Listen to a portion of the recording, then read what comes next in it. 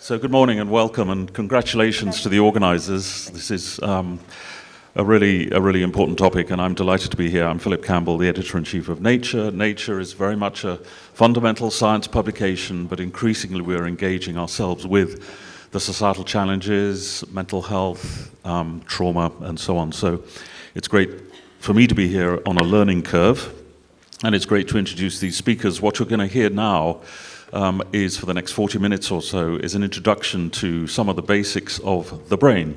What's going on in the brain, how does the brain behave naturally, if you like, in terms of its development during childhood and adolescence and into adulthood, and what is going on in terms of the chemistry and the neurons in the brain, the way they connect. And also, when we talk about resilience and we talk about vulnerabilities, what are we talking about in terms of the brain itself? So I think this should be a fascinating session in those terms. And each of the speakers has been told strictly they've got to give 7 minutes for their talk, and then we'll have a little bit of a conversation. There are microphones there, and so if you have any questions at all, do think about them, because before we end, I will open it up for questions. Good morning, everyone.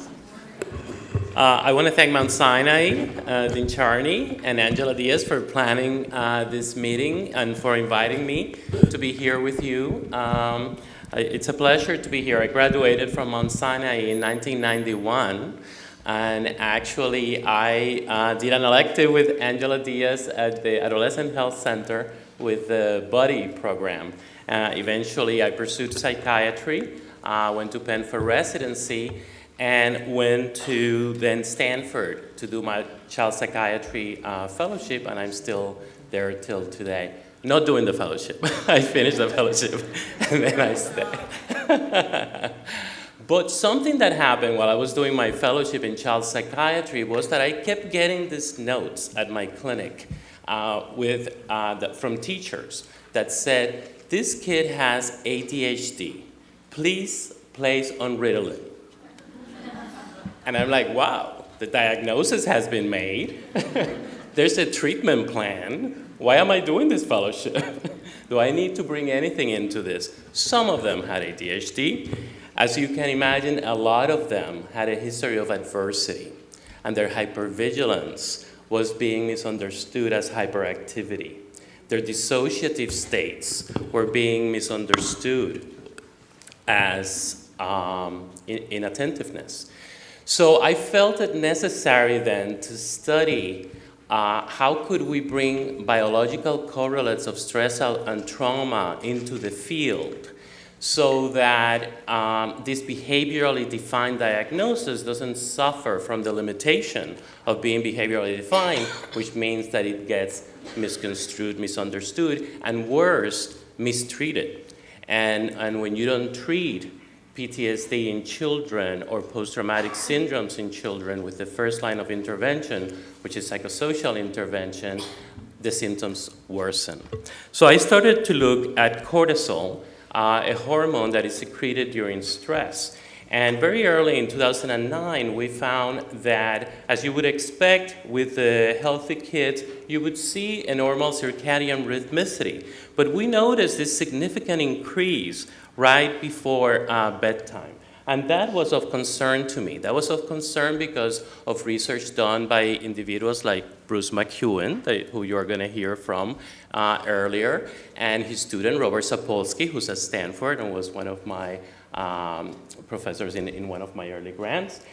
And cortisol, in high amounts, corticosterone, the animal analog, can have neurotoxic effects in developing cells. So I became very interested in looking then through MRI, through structural MRI and functional MRI, the brain development of children and the impact of this cortisol. In the discussion, I'll explain a little bit more that it's not as simple as having elevated cortisol. This is a developmental disorder, PTSD is, and at different times it's going to change. And when chronic, not necessarily adulthood, but when chronic, then we can see that the HPA axis, hypothalamic pituitary adrenal axis, may not be activated enough to secrete enough cortisol, and what you see is lower levels at that point.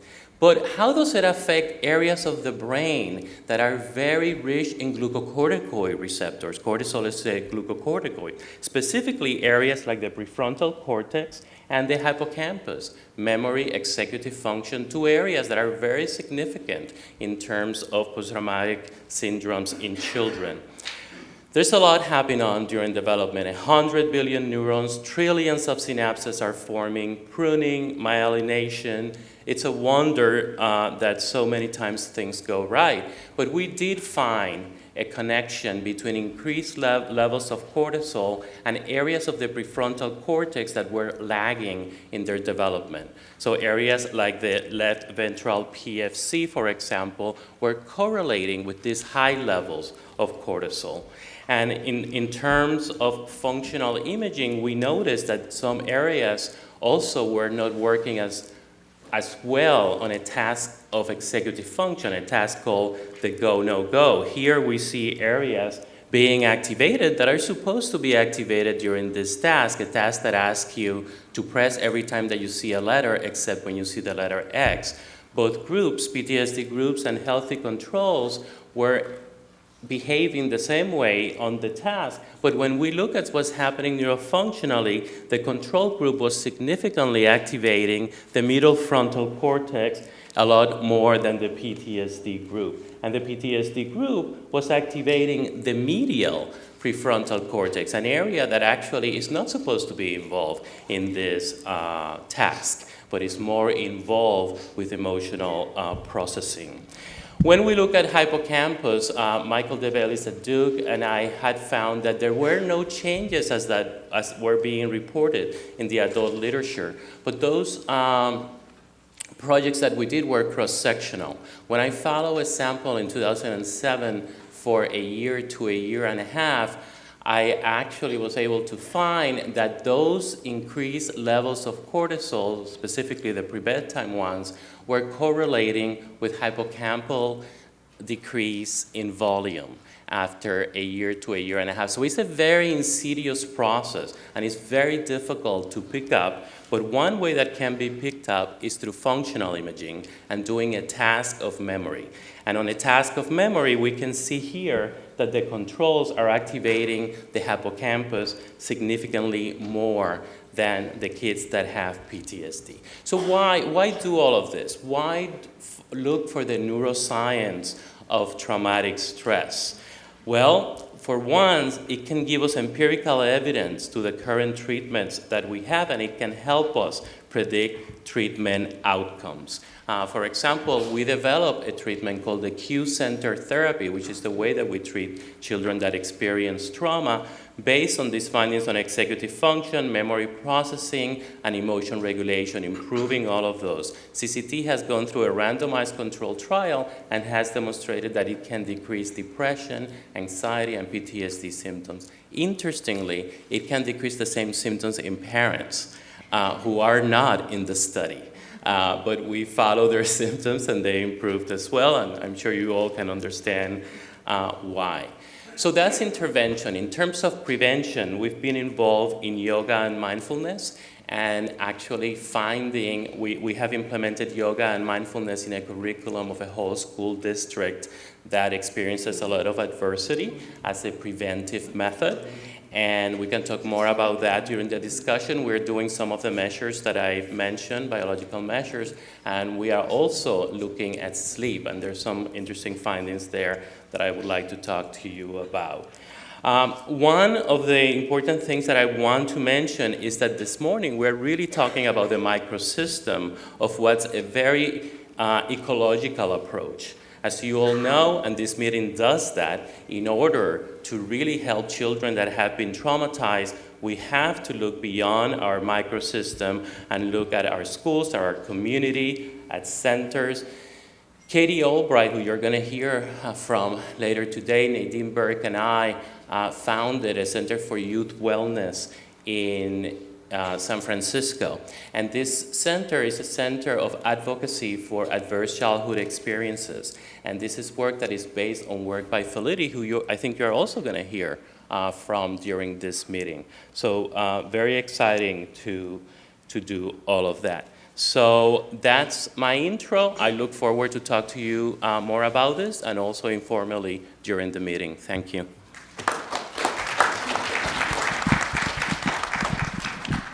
So I will just ask one clarifying question. Sorry, Beatrice. When you talk about brain volume changes, what does that actually mean? What is actually changing? And what other things cause brain volume changes? So you know that this is actually what's causing the volume change. Yes, so what we're doing, what we do is structural imaging, structural MRI, and basically we're looking at volume. So it's cells, nerve cells. Right. Yeah, great matter. Hello, thank you. Thank you, Angela, for inviting me. I'm really touched to see this large audience that has made a commitment to something as important as trying to affect the trajectory of people who have had to deal with a lot of problematic issues. So what I'm going to tell you very briefly in the next 7 minutes are some of the primary variables that we are starting to understand about brain development and behavior that is specific to the adolescent period. Some of the primary things that we know that distinguish the adolescent period is, number one, that there is a peak in sensation seeking. This is adaptive. You see this across species, across cultures. However, this can lead to risk-taking behavior. And why is this important? Because it's already telling us that behaviorally, we realize that there's something special about the adolescent period. There's a seeking of new experiences. And sometimes those experiences are imposed on them, such as you would see with trauma. Secondly, the adolescent period is a time when you see an emergence of mental illness. So there's something, again, that is very unique, that is biologically based, that makes this particular period of the lifespan vulnerable to impairment. What do we know primarily of the changes that are occurring during the adolescent period? Up to adolescence, during infancy and childhood, the mode of operation of brain maturation and even behavior is one of accumulation. You're just adding. By the time that you get to adolescence, all the main components are there, and there is a shift to specialization so that the brain can be determined as how it will decide to operate as an adult. What I'm showing you here is evidence that across the brain, not just prefrontal cortex, and within the brain, in centers that have to do with emotion, and centers that have to do with integrating experience, there is a thinning, which is a way for the brain to sculpt itself to fit its environmental demands. Importantly, what I'm showing you here is that the white matter connections of the brain, how the brain can communicate across its entirety through white matter connections, is dynamically growing between middle childhood and mid-adolescence. Those are the red bars that I'm showing you there. Why is it important to determine these periods of growth? Because dynamic change can pose a risk to impairment. But more importantly, it provides a window when we might be able to change and affect and correct trajectories. That's an important aspect of the stage of development. Importantly, and something that we're now starting to understand more comprehensively in vivo in humans, is the neurochemistry of the brain is very unique during the adolescent period. There is enhanced neurotransmission of dopamine, which supports motivation and affect. And that is with the particular ratio of other neurotransmitters that we know are controlling the way that the brain can refine how it's activating. Now, if you take all of this together, what is starting to emerge is an understanding that the adolescent period is not a sensitive period. It is a critical period of restructuring of the brain areas that have to do with controlled behavior, association cortices, not just prefrontal, but throughout the brain. And there's an opening of the critical period, and then there's a closing. Not complete closing, but a significant closing of this period. So this window of opportunity is extremely important. So what do we know about behavior? We know that the ability to have executive function, that is controlled and deliberate and planned responses, is dramatically improving through adolescence into young adulthood. This is not due to prefrontal cortex. In fact, the findings that we have are very telling that what actually defines adolescence is that you have prefrontal cortex. And that's very important to understand in its implications. Again, think of the youth movement of gun control that Angela had mentioned. They do have prefrontal cortex. In fact, it's when you're like, oh my God, I have prefrontal cortex. I can do things now. I don't have to ask mom and dad. And that is important because that's a resource that can be used to help teenagers. What do we see instead? We see other parts of the brain, and Victor mentioned this medial prefrontal cortex here with reference to the dorsal anterior cingulate cortex. This region is important because it monitors our performance and sounds an alarm when we're doing something wrong. This region has not solidified in adolescence, and maybe for good cause, so that they can go and have the liberty of gaining new experiences. But again, another important factor when we're understanding. When you provide a reward to adolescents, there is an enhanced activity of the centers of the brain that have to do with motivation. At the same time that there is a dramatic increase in the whole brain in trying to get that behavior done that will give them the reward. So that's also another important factor. And one thing that I think is very important and often overlooked is that when we think of these complex behaviors, we think, oh, adolescents, they don't have prefrontal cortex, they can't think. Yes, they can. It is just that it is not consistent. And you can imagine, I'm sure you see teenagers, sometimes they're behaving just like adults. But it is this variability in performance that we know is decreasing. And now we have evidence that the brain itself is showing variability in how it engages these systems that allow us to have cognitive control of behavior. The connectivity of the brain is also changing. In blue on the left, I'm showing you the connectivity from cognitive systems. That is stable. What is characterizing this period of development, you can see there in red, and then in the middle panel, is a decrease of the predominance of connections from the limbic system, from places of the brain that are supporting reward, motivation, and emotion. They're all decreasing with development. In the meantime, the connectivity of the hippocampus, a very important region, Victor also mentioned it as well, and we're seeing that region as a critical part to be able to bring in the experiences that one is having now with real agency as an adolescent to determine what you're going to be as an adult. So in summary, this is the way that we're looking at adolescence. It's not, the brain is not trying to be good or bad or anything like that. It's just taking in what it has been given. It's given neurobiology and genetics, and it's computing that, and then the environment. By that, I mean the experiences, and it's saying, oh, you're using this part a lot? Okay, that means that you must want to keep it, right? And if you're very lucky and you've had an exceptional upbringing, you might end up being an exceptional person. However, you might have trauma in your life. But if you have the resilience to overcome this, you also have the opportunity to become an exceptional person, as we see here. However, there is great variability in the trajectories that might end up. And this is what we need to really focus on. So some of the next steps that we're taking, that we're very interested in, is to start to develop a pediatric growth chart, like I'm showing you here, that we recognize for height and weight.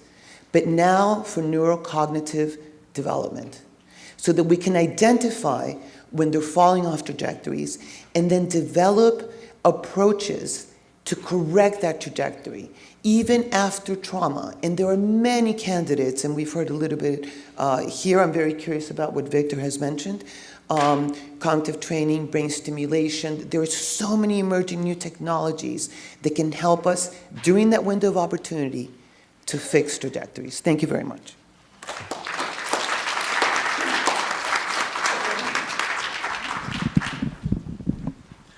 Beatrice, I'll just ask you one question. Are there differences between genders in what you said? Could you comment on that? And also, are those differences sort of typically much bigger than the individual variabilities between individuals? Yes.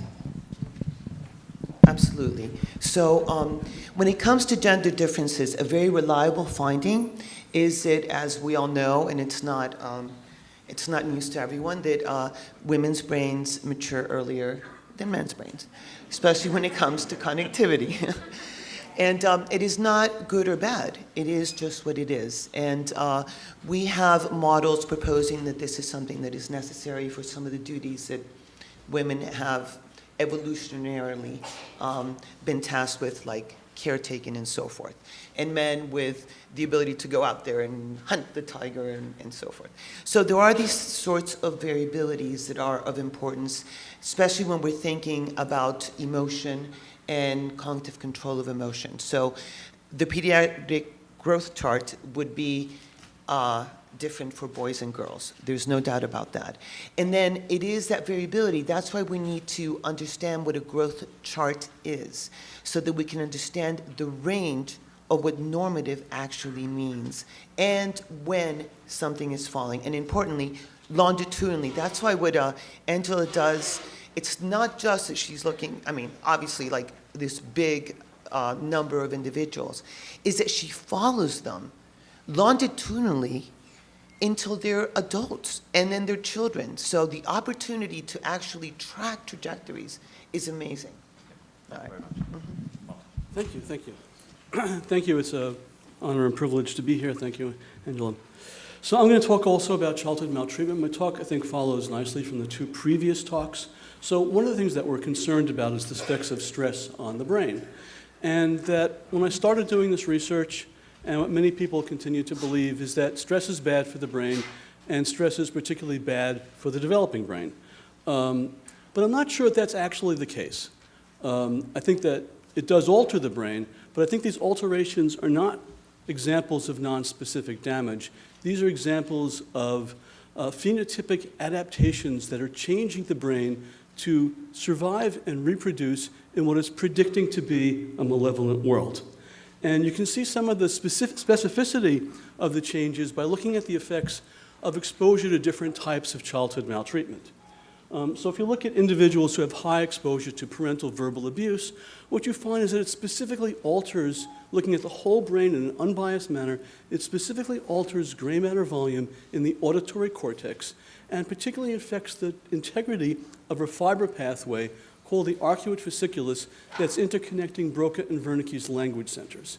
On the other hand, individuals who've witnessed domestic violence have specific changes, not in auditory cortex, but if they've visually witnessed domestic violence, they have changes in their visual cortex and in the inferior longitudinal fasciculus that interconnects visual cortex with limbic system and determines the memory and emotional response to things that they see.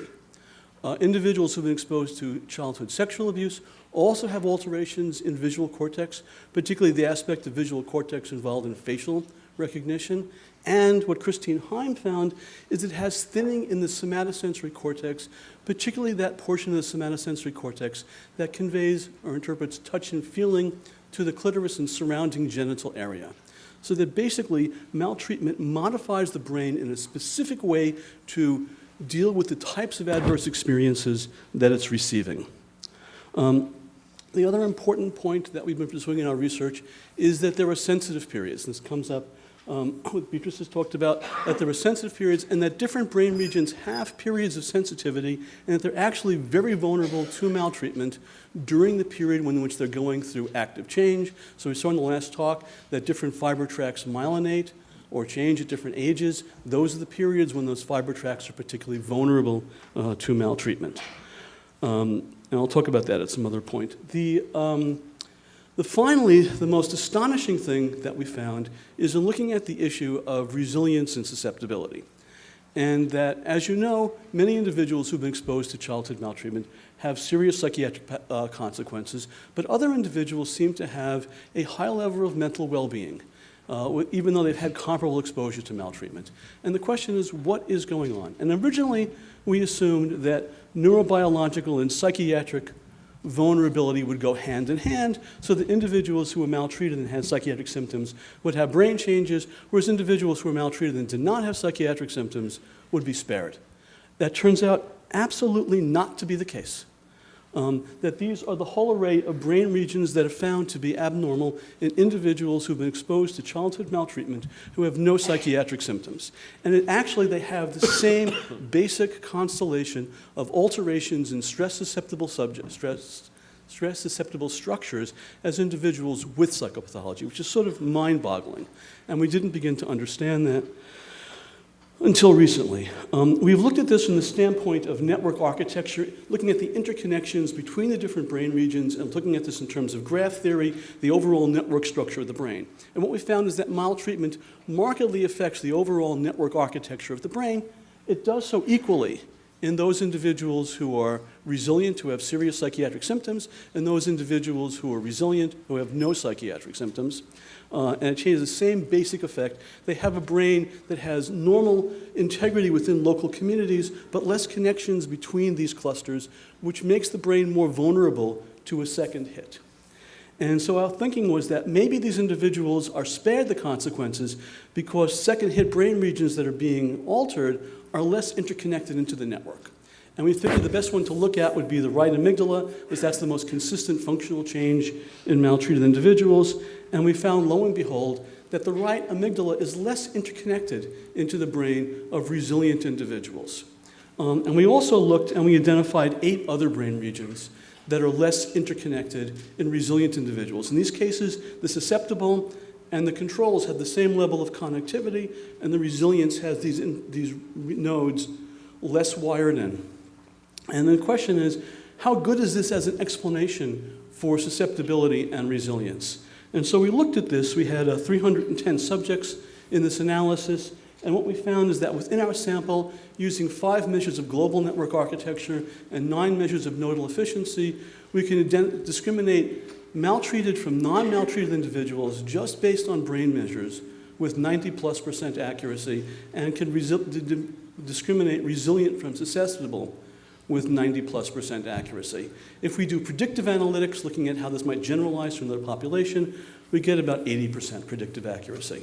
So that basically, we may have an explanation emerging for what constitutes susceptibility and resilience. Thank you.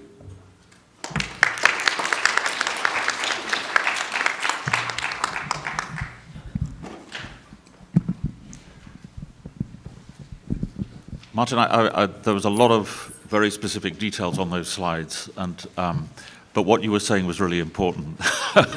And I'm just wondering if you could somehow put what you just said into a journalistic paragraph of a news story. Not a headline, you can have a paragraph, but just to spell out in more direct language for people the significance of what you're saying for the way in which symptoms, as it were, emerge in brains of some types and not in others. Sure.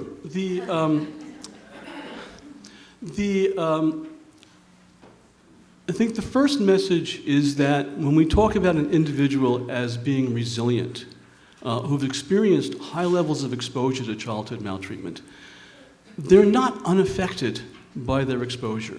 What I think we're interpreting is that they're effectively compensated for that exposure. If you look at their average symptom scores are normal. If you do something with higher temporal resolution, look at how their affect changes from hour to hour over the course of days, you find out that they don't regulate it normally, although their mean level is okay. So they're effectively compensated. And the question is, how do they effectively compensate for the fact that these brain regions that seem to be very vulnerable to stress, like the hippocampus, like the anterior cingulate, like the ventral medial prefrontal cortex, are being affected. They're smaller in these individuals. They're hyper-responsive in terms of the amygdala. How are they coping for these changes? And what we're finding is that maybe they're coping for these changes by having an alteration that causes the most problematic brain regions not to be so effectively wired into the network, so that their brain network can compensate for the abnormal signals they're getting by being able to sort of suppress them. So I think that we're seeing this sort of effective compensation. This then leads to the final question. I forgot to show the last slide, which is what happens with effective treatment? Does effective treatment reverse the consequences of maltreatment, or does it move the brain circuitry of the susceptible individual more into line with the brain circuitry of the resilient individual? And I think that may be a very interesting thing to explore. Right, thank you. I just wanted to ask a question of all the panelists about the path between the work you do and the potential impacts it has on individuals. So you can imagine in the world of drug discovery, let's say for patients with PTSD, you identify a molecular target, you have to go through a 15-year period of clinical trials, it takes ages, but if you're lucky, you find something. You can also imagine, Victor, thinking about hormones, right? If you have a hormone effect on people's response to treatment, then taking that into account could immediately enhance the effectiveness of the treatment. I'm just imagining a hypothetical situation where you have a very rapid path to impact. You are all looking at very fundamental properties of the brain, and it's difficult just to leap from that to people feeling better or somehow responding better. On the other hand, you could tell the funders, you shouldn't worry about these people, you should just give your money to people who are handing out self-help treatments right there and then and expand the coverage. So I'm sorry this is a long-winded question, but I'm trying to get a sense of how you would be most persuasive that your work can really lead to paths to impact. Well, work in science and neuroscience can significantly increase our knowledge on pathophysiology. It can also guide the treatments that we do, and those are two important components that will happen. But one important part of neuroscience and science is its impact on policy. People that do policy pay attention to science, but sometimes in science we're not the best communicators of the work that we're doing. And, you know, we make great papers and they get into great journals, as you know, and the journal gets stuck in the library, right? So how do we take it from there? How do we take it from that article to actually changing people's lives, which is what you want to know and is what you're asking? I think communication. I think we need to really talk with legislators, with stakeholders, with policymakers on the changes that we're seeing and how we don't need to wait, you know, till we have a very defined treatment that is based on what we do, but one thing we can say right now is the impact of violence and stress on the developing brain, and that in fact this is a sensitive period. There are many sensitive periods during growth, and that we need the programs that we have and others. I mean, in terms of treatment, we have very few treatments for post-traumatic sequela, actually. And the information that Martin is sharing with us is telling us this is a very heterogeneous group. This, depending on what happens, depending at the age that it happens, depending on the duration that it happens, depending on the accumulation, the allostatic load, to use Bruce McEwen's term. You know, we don't even know what resilience is. I mean, we are starting to find out. It's going to be a mathematical formula, and some of those variables are going to be some of the ones that Martin is talking to us about. You know, one important variable that the literature talks about is the presence of an adult in that child's life that made a difference. That is a consistent finding in terms of resiliency. But remember, resiliency is a physics term, right? It means that you bounce back to where you were, like a coil. And some of the problem that we are having, and this is an example of communicating the science, is that if we think of a threshold model, sometimes we call resilient every child that is under that threshold, when in fact that child, because of their experiences, may be getting closer and closer to that threshold, but not showing impairment yet. we're calling that individual resilient just as someone that didn't move from where they were, in terms of traumatic events. So we need to help make those distinctions, and the research that you both mentioned is helping us do that. But it does take time. But as we progress, we need to make stakeholders and policymakers our partners in the communication and change things as we go. Okay, thank you. Beatrice? Philip, I think that you are correct in saying that where we're thinking of pharmacological treatments, it is going to take a long time. But what we're seeing when looking at the development of the brain is if we've really reached a level of understanding approaches from network connectivity that Martin talked about and many other innovative ways to start to probe and understand what is normative and what is impaired. And this paired with new technology that can allow us to discern when people are falling off and then how we can I think that can happen much more quicker. All the way from developing apps, from really looking at innovative like brain stimulation and many other like emerging approaches that are available now in supporting innovation and not just taking little steps, let's take some giant steps because now we do have that ability. Let's really tap into big data. Let's look at populations directly, like, the population that Angela has and so forth. I think that we can move a lot quicker. Okay, thank you. And Martin? Okay, here's what I would say to funders, donors, and pharmaceutical companies. Childhood maltreatment is incredibly prevalent and very powerful. It's the most important preventable risk factor for psychopathology. And if you look at things like the ACE study, they'll show you things like it accounts for 50+% of the population attributable risk fraction for depression and substance use disorders. So just think, and the CDC has estimated that the cost may be as high as $500 billion per year for new cases of childhood maltreatment. What we have found is that if you look at in any group of individuals with psychiatric disorders, say groups of individuals with depression or anxiety disorders or bipolar disorder, that you'll find that there's a subgroup that has had exposure to childhood maltreatment and a large subgroup that has not. And for all of the eons of our diagnostic system, we have lumped these individuals into the same primary DSM category. But what they actually turn out to be is they turn out to be clinically, neurobiologically, and probably genetically distinct. And that the individuals who've had childhood maltreatment have an earlier onset, a more severe course, they respond much more poorly to first-line treatments, and they wind up being huge users of services. And yet we've lumped them into the same category, so we're looking at average response, looking at these two groups. And that what's going to work in one group is not going to work in the other group. And also, when we look at the neurobiology and done 40 years of imaging studies, we've looked at and found for each of the disorders, basically the same structures come out, because these are all structures that are affected by maltreatment. And so what we really need to do is to look specifically at maltreated versus non-maltreated subgroups and do research on these subtypes, because it's really the maltreated subtype that's costing us enormously in terms of their difficulty to treat and the amount of suffering they've imposed upon us. Okay, thank you.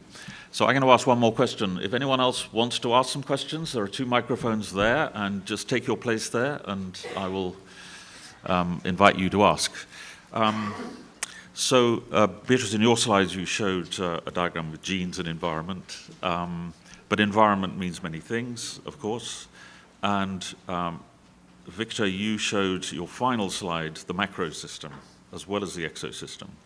So I'm just intrigued by how you all see the macro system. If you think of structures in society that are putting lifelong pressures on people in different ways, there was a recent survey written about in the New York Times, very detailed data about children born in a particular period of time throughout the American population and how African American boys, white boys of different categories, girls, all did differently throughout the life course. And that seemed to suggest some very specific effects on these different population groups, long term. So that's the biggest macro picture you can imagine, I would think. So how do you relate to that? I mean, how can research take that sort of huge structural thing into account. And does that relate to trauma at all, actually, or is trauma just the immediate? I can give it a try here. One way that we've looked at, for example, an example of a phenomenon is that in advanced societies, Western societies, adolescence is actually continuing into the mid-20s. And yes, this is a result of culture, et cetera, of the fact that we protect individuals. They go to graduate school, they go to medical school, that's kind of like a protection. And it's not that it's good or it's bad. It's part of evolution. And I think that it's important for us to look at it in that manner and just understand what are the circumstances. So in that example, one way to look at it is that you have a protection for continued specialization of the brain that will allow you to, define what you really want to be when you grow up, right? Now you're talking about something even more that as a society, there might be ways that trauma and normative behavior and mental illness might be defined. And yes, that is also something that needs to be taken into the equation and will influence the directions of research. Okay. But I think as scientists, we want to remain a little Understood. bit. So I'm sure other panelists have something to say, but we do have people waiting to give questions, so let's go for them. So do you want to start? Thank you. I just wanted to thank all the speakers for your work and helping us legitimize the work we do with our patients on a basic science level. I had a question for Dr. Luna, and then another question. First, you mentioned that the dorsal anterior cingulate is monitoring performance. So does that mean that there's an element of kids being able to, for morality speaking, or is this them their brains telling them this is right, this is wrong? Yeah, that's a great question. So the way that we look at this is from very basic aspects of behavior. Very essentially, we literally ask our subjects to not look at a suddenly appearing light, right? So very far away from what we might think of ethics and morality. However, what we're probing is the integrity of the brain system that allows top-down control of impulsive types of behaviors. And what the anterior cingulate is doing is just its job of okay, how well are you doing this? Oh, you made a mistake, ding-a-ling-a-ling-a-ling. Engage this cognitive system. And it's not that when you're young you are not engaging it, it's that you become more prolific at engaging it. And the fact that it's not at adult levels, one interpretation, and this is opinion, is that it might be that in order for the adolescent period to really be exploratory, you wouldn't want an alarm saying, stop, stop, stop, stop, stop. You would want to, have some room to go and explore. I don't know if that Yeah, thank you. Thank you. Next question. Okay, thank you. From a developing brain perspective, what would you say the implications are for potentially every school child in the United States now going to school thinking that they might be killed?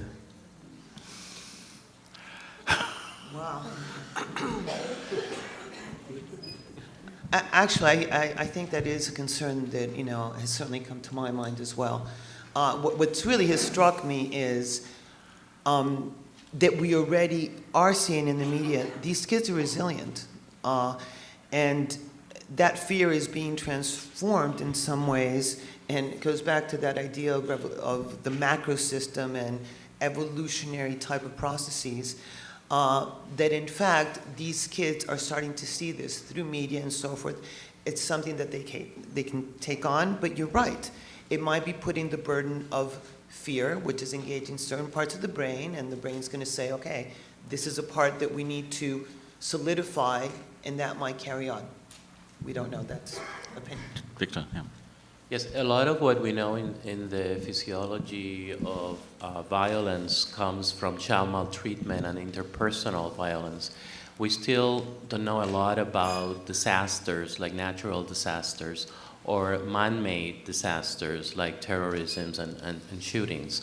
However, what Dr. Luna said is correct. We're not that complicated.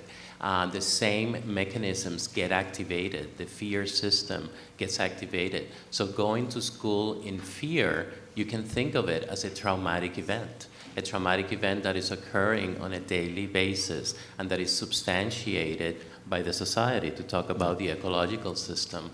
One of the biggest things that can happen for violence to have an impact is to avoid it. So, I say PTSD feeds on avoidance. So the opposite is approach, which is what we're doing, right? Is this type of meeting. So that's one important impact of society. But when society and our politicians and our legislators avoid a subject, or when teachers avoid a subject, or when doctors avoid a subject, that problem is not going to go anywhere. It's just going to get worse. And that's what we're seeing with the problems with shootings. Okay, time is short, so I'm going to hope we have time for 2 more questions. One there and then one there. Oh, okay, sure. Thank you. My name is Scott Bloom. I'm the Director of School Mental Health Services for the New York City Department of Education. So I really appreciate your comment, Dr. Carrion, about article to action, because that's what we do in all our 1,800 schools, I'm proud to say, in some level. So the good news is one of the things that's really coming to the forefront here, and the comment before about the teachers not being aware, one of the foundational professional developments that we're finding in the schools that teachers actually want more of is trauma-informed. So we're looking to make that a baseline across all New York City schools. So that's a good thing, particularly this kind of information that you're talking about now. They get the aha moment. Oh, that's why the kid is acting that way, that it's the behavior, not the child. However, one of the things that we're seeing is most mental health providers, and I imagine there's lots of them in this room, want to work with the adolescents. But what we're seeing is more issues arriving earlier and earlier. 11-year-olds, 10-year-olds, unfortunately, even today, an 8-year-old had some issues that we had to take care of. So I wonder if you can talk a little bit more about the prevention. Some of you talked about resiliency, but more of those kinds of interventions going to action that folks can start to think about and do, so by the time the child does reach adolescence, knowing that there are shifts, taking that into consideration. Thank you. Interventions need to start early, but they need to continue. It's great that teachers want to know more, and certainly giving information is an intervention. It's education, and education empowers groups. But I sometimes worry about teachers, and I worry about pediatricians too, because they're expected to do too much. They're expected, to do that questionnaire or do that assessment, and it only takes a minute, and it only takes 2 minutes, but then the hour is gone and they haven't taught their lesson. But I think prevention early needs to happen. One thing that I want to make sure people understand is not that very young kids are necessarily okay, and then when they get older, things get worse. Sometimes, a 10-year-old can be more affected than a 35-year-old, right? Because if their trauma, their accumulation of stressors started at age 5, you're going to have a chronic picture by the age of 10. Whereas, at 35, you may have an acute event, and the picture is completely different. So there are many sensitive periods.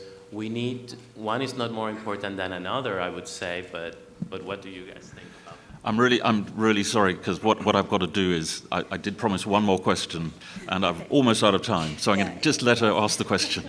Thank you. That's partially answered. I just wondered if any of your research is looking at the duration and or the intensity of the trauma during that critical period. Sure. We're looking at the sensitive periods, the effect of maltreatment, and also looking at number of types of maltreatment, severity of exposure to maltreatment, timing of maltreatment, duration of maltreatment. It turns out that different things are affected in different ways. It actually turns out that for many things, that the most important determinant is the severity of maltreatment of a particular type of maltreatment at a specific developmental stage. But there are some things that depend, like on how long the maltreatment has gone on. So it actually turns out to be very complicated. Depending on what you look at, you find different sensitive exposure periods, and you find different types of developmental sensitivity. So it's a really good question because you really need to understand the dynamics of the system. Okay, we're about to be thrown off the stage. I've been getting this high-pressure stuff. Thank you to the panel. Thank you so much. Thank you.